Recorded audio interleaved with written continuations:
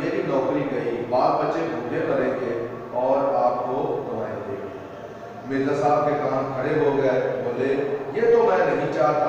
اس نے کہا اگر آپ یہ نہیں چاہتے تو اس کانٹریکٹ پر دستخط کیجئے۔ مرزا صاحب نے فوراً دستخط کر دیے۔ جنگ کے زمانے میں حسن اتفاق سے دلی میں لاہور کے بیشتر ادیب اور شاعر ریڈیو میں یا دوسرے سرکاری محکموں میں جمع ہو گئے تھے۔ پطرس کی تحریک پر ایک محدود ادبی حلقہ قائم کیا گیا جس میں ڈاکٹر تاثیر، فیض احمد فیض، محمد علی خان، حمید احمد خان، چراغ حسن حسرت، محمود نظامی، غلام عباس، انصار ناصری وغیرہ شریک کیے گئے تھے۔ ہر مہینے اس کا ایک جلسہ ہوتا تھا، کبھی پطرس کے گھر پر اور کبھی ڈاکٹر تاثیر کے گھر پر۔